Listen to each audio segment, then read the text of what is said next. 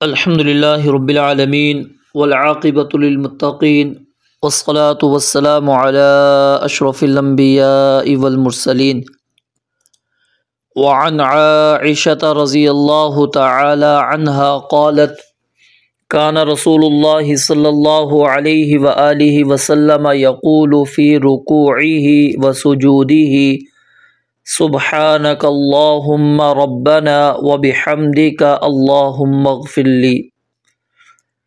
سیدہ عائشہ صدیقہ رضی اللہ تعالی عنہا سے روایت ہے، بیان فرماتی ہیں کان رسول اللہ صلی اللہ علیہ وآلہ وسلم، تھے نبی مکرم علیہ الصلاۃ والسلام، یقول کہا کرتے، فی رکوعہ و سجودہ، اپنے رکوع اور اپنے سجود میں، اپنے رکوع اور اپنے سجود میں آپ علیہ الصلاۃ والسلام کہا کرتے تھے، کیا کہا کرتے تھے؟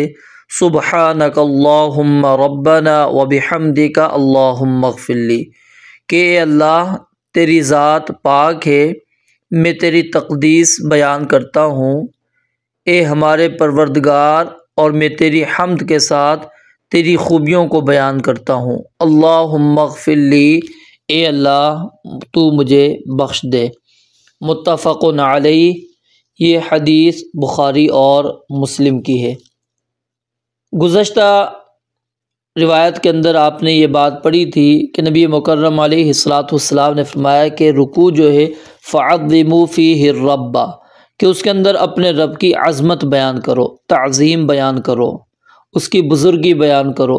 تو پیچھے ہم نے دعا پڑھی تھی ایک، سبحان ربی العظیم۔ اب یہ جو آج ہم نے دعا پڑھی ہے، اس کے اندر اللہ رب العالمین کی حمد و ثنا بھی موجود ہے، اللہ رب العالمین کی بزرگی بھی موجود ہے سبحانک اللہم ربنا و بحمدک کے اندر، لیکن ساتھ میں دعا بھی موجود ہے اللہم اغفر لی۔ یعنی گزشتہ روایت کے اندر ہم نے کیا پڑھا تھا؟ رکوع کے اندر اللہ کی تعظیم بیان کرنی، اور سجدے میں کیا ہے؟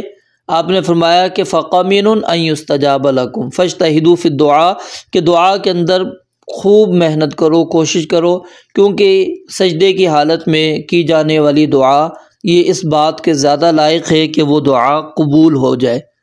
تو یہاں پر تو نبی مکرم علیہ الصلاۃ والسلام نے رکوع کے اندر بھی دعا کر لی، اللہم اغفر لی۔ غور سمجھ میں آ گئی بات؟ یعنی پیچھے ہم نے کیا پڑھا کہ صرف اللہ رب کے نبی علیہ الصلوۃ والسلام نے کہا فَعَظِّمُوا فِيهِ الرَّبَّ، کہ رکوع کے اندر اپنے رب کی تم نے عظمت بیان کرنی ہے، اپنی عظمت بیان کرنی ہے اس رب کی۔ لیکن یہاں پر اللہ رب العالمین کیا کہتے ہیں؟ نبی علیہ الصلوۃ والسلام نے کیا دعا مانگی ساتھ میں؟ اللہم اغفر لی۔ تو یہاں سے یہ بات ثابت ہو گئی، اگرچہ سجدے میں دعا مانگنا وہ تو بالکل واضح ہے، کلیئر ہے، لیکن اگر کوئی بندہ رکوع کے اندر بھی دعا مانگ لیتا ہے تو یہ اللہ تعالیٰ کی تعظیم کے خلاف نہیں ہے، اس کے منافی نہیں ہے، کیونکہ رکوع میں بھی دعا مانگ سکتے ہیں، اور رکوع میں یہ دعا مانگنا تعظیم پھر رکوع کے حکم کے حق میں مستثنیٰ کا درجہ رکھتی ہے۔ تو نبی مکرم علیہ الصلاۃ والسلام سے اور بھی کئی دعائیں موجود ہیں، احادیث کے اندر ہمیں ملتی ہیں کہ جو رکوع کی حالت میں نبی علیہ الصلاۃ والسلام اور سجدے کی حالت میں پڑھا کرتے تھے۔ اب رکوع والی دعائیں سن لیں، سبحان ربی العظیم، یہ صحیح مسلم کے اندر موجود ہے۔ اسی طرح سبحانک اللہم ربنا و بحمدک اللہم اغفر لی، جو ابھی ہم نے پڑھی، یہ بخاری کے اندر موجود ہے۔ سبوح قدوس رب الملائکۃ والروح، یہ صحیح مسلم کے اندر موجود ہے۔ سبحانک و بحمدک لا الہ الا انت، یہ صحیح مسلم کے اندر الفاظ موجود ہیں۔ اللہم لک رکعت و بک آمنت و لک اسلمت خشع لک سمعی و بصری و مخی و عظمی و عصبی، یہ بھی صحیح مسلم کے اندر موجود ہے۔ یہ دعائیں نبی علیہ الصلوۃ والسلام رکوع کے اندر پڑھا کرتے تھے۔ سجدے کے اندر جو آپ دعائیں پڑھتے تھے اس میں سبحان ربی الاعلی، سبحانک اللہم ربنا و بحمدک اللہم اغفر لی، جو ابھی آپ نے پڑھی، اس حدیث میں بھی پیچھے بھی آپ کو میں نے بتایا سبوح قدوس رب الملائکۃ والروح، اسی طرح سبحانک و بحمدک لا الہ الا انت، اسی طرح اللہم لک سجدت وبک آمنت ولک اسلمت سجد وجہی للذی خلقہ وصورہ وشق سمعہ وبصرہ تبارک اللہ احسن الخالقین، صحیح مسلم کے اندر موجود ہے۔ اسی طرح اللہم اغفر لی ذنبی کلہ دقہ وجلہ واولہ وآخرہ وعلانیتہ وسرہ، یہ بھی صحیح مسلم کے اندر ہے۔ اسی طرح صحیح مسلم میں ایک اور دعا موجود ہے، اللہم اعوذ برضاک من سخطک وبمعافاتک من عقوبتک واعوذ بک منک لا احصی ثناء علیک انت کما اثنیت علی نفسک۔